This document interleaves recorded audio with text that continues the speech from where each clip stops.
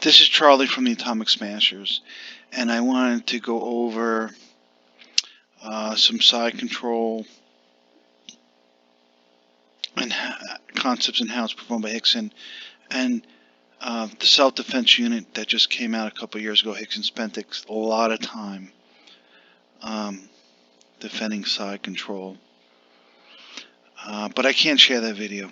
You have to pay for that. But there was a seminar that was shot in 1993 with Rickson that shows a lot of the same concepts.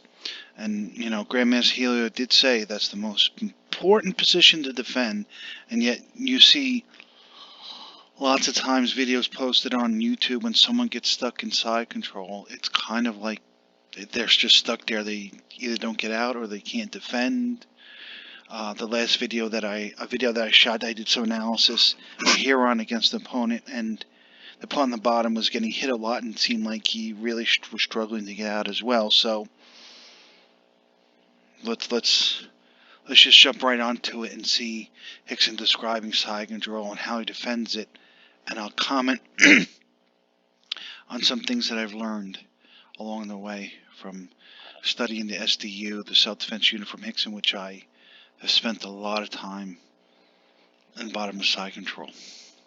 Even the guy on top is crazy, you must feel yourself confident, okay? You must defend yourself against this and this.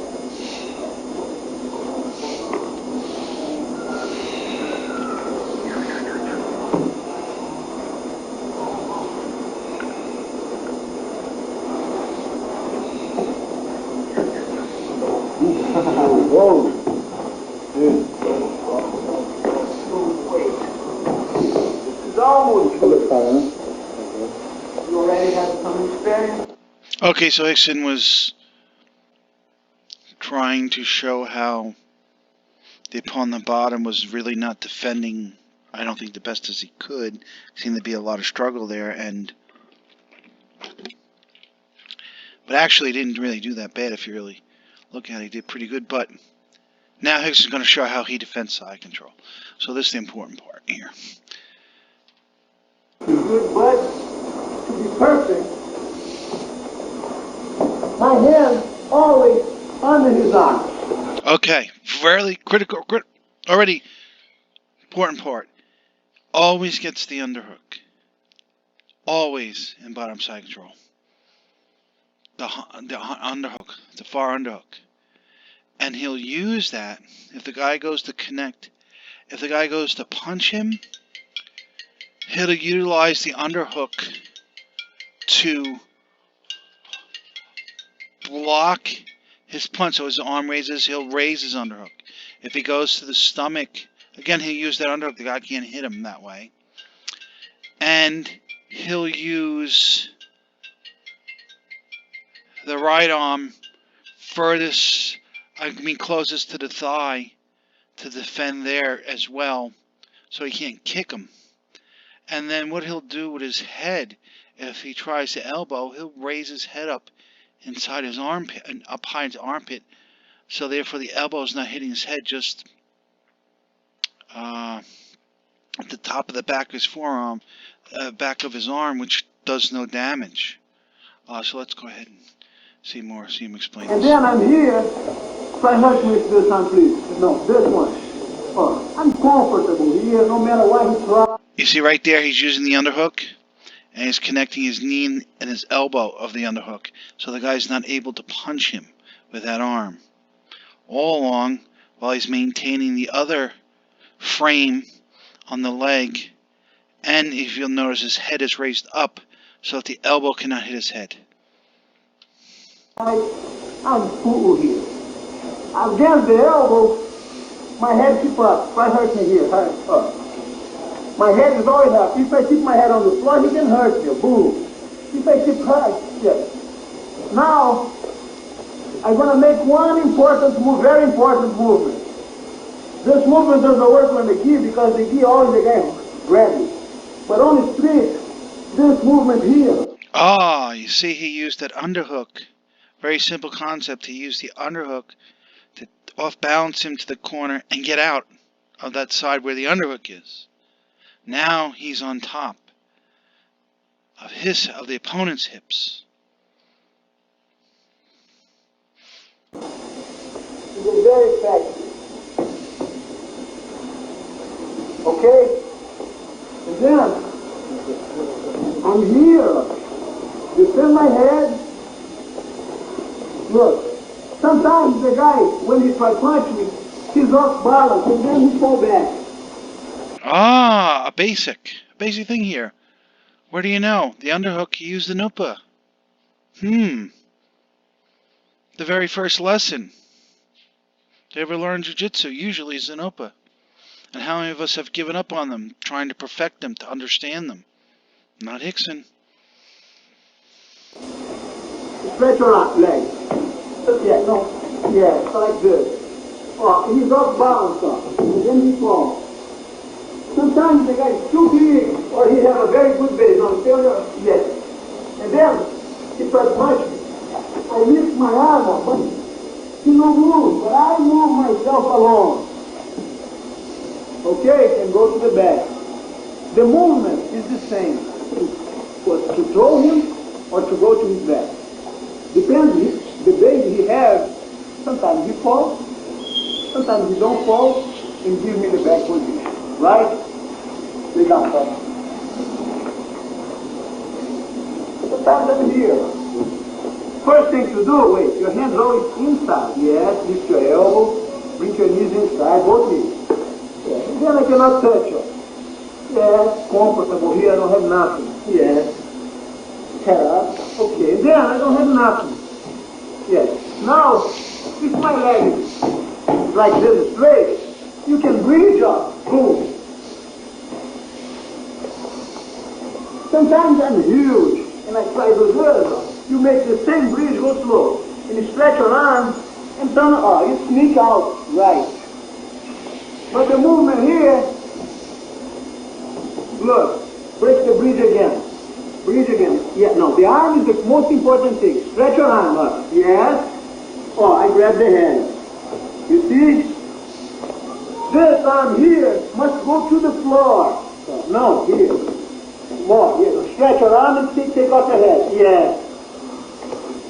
Okay, in one motion. Oh, in one motion here, punch my stomach. Oh, I do this one. Run my hand. Oh. And then I go to the back. Right? In one motion, boom. My hand coming this way. Escape my head out. And then, back. Okay? Or I fall back. Sometimes I'm going to see. That's not tough training.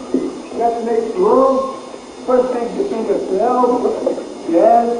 Okay, now breathe. Sometimes I fall back. Sometimes I don't want to fall back, but I want to grab the handle. And then you stretch your arm, yes. And then let go down, go down, yes. Good. Okay? Let's do this, please. Right?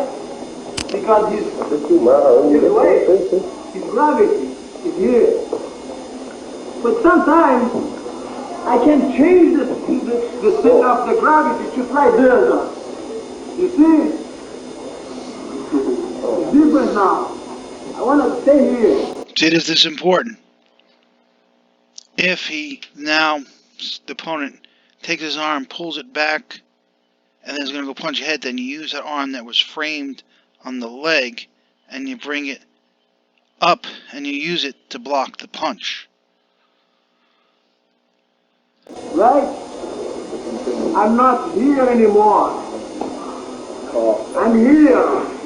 Soon I feel something. Soon I feel you kind of, I cannot punch here. Gosh, I'm going to punch your face. And then I mean, let's be honest with you, how many academies and instructors, when they're teaching side control, are primarily focused on making sure you don't get hit. I've never been to an academy where they've started with trying to be safe from punches. It's always escape, get out, get your framing under the chin, bridge up, all this crazy stuff. Yet not a single instructor that I've had has just focused on protecting from the punches. When you defend from the punches, then it's only logical, and it leads you how to get out of the side control position.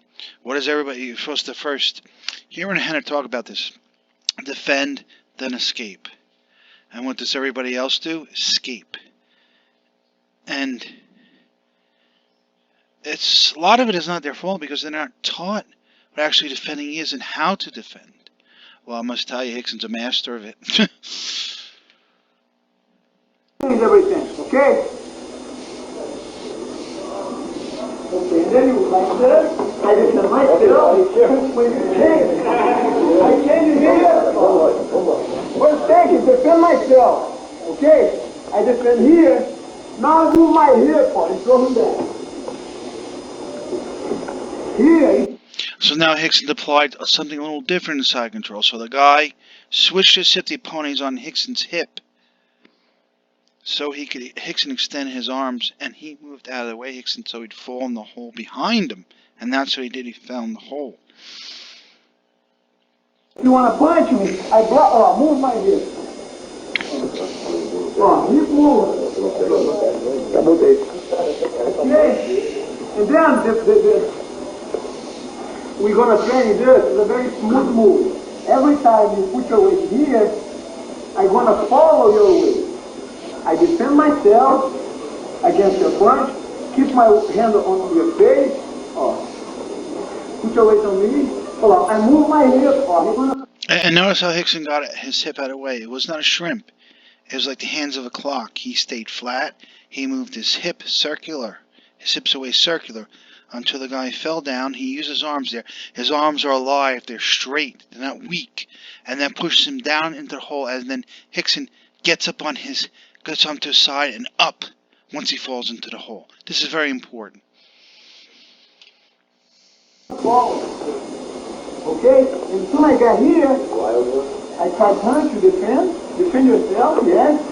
Keep your hand on my, move your hip and push me down. Push, again. The movement is not move, and push. It's connect, it's the same, When I start to move, I start to keep my weight over there. Okay? And then slow, block, put your hand on my face, move, right. Okay? Let's do it, please. I move my hip and then make like a scissor. For my whole weight transfer to the forward, okay? I cannot do this and then my leg must go down forever. So I can't go on top. Okay, so that is actually a lot what we covered in side control, and that's the way I now have been influenced by Rickson for several years, and I only play bottom side control that way. I never really do anything else. I'm concerned with the punches, placing my frames, and getting my underhook lots of times, and then I look to get up. When I have the underhook, I just look to up it and get out. Or if he's by my hip, then I look to push him down. I try to do a lot of that. Sometimes when I'm playing rolling, I get that, but then I'll just switch my hips and I'll go to my fours, my turtle. If the person's not as skilled as myself in jiu-jitsu, hasn't as much training, then I'll play with them and I'll let them attack me more. But when I'm serious about jiu-jitsu, I only do side control this way. And quite honestly, this is the only way that has ever worked for me. If you really want to be totally honest with you, when an opponent is smashing on you, and you're trying to do all that other stuff where you connect the knees and elbows and try to bring the knees through the opponent's hips, that has never worked for me. It has never worked for me to get the frame under the chin and try to open up. I can never do that. The opponent always put my weight on that, put it on that as well, and that never worked for me. So once I started doing my side control escapes this way, I was getting out all the time. Not only that, I didn't feel the opponent's weight smash on me, and since I had the underhooks and the frame in, if then they went north-south, it was very easy for me just to get up as they were going north-south, so I never get caught in a north-south position. So hopefully you got a lot out of this. I think I'll post a lot more on this as time goes by. Like I said, I'm really focused on the closed guard, but when I saw the Gracie University side control video, I just had to shoot a video about this. Thank you. Take care. Bye.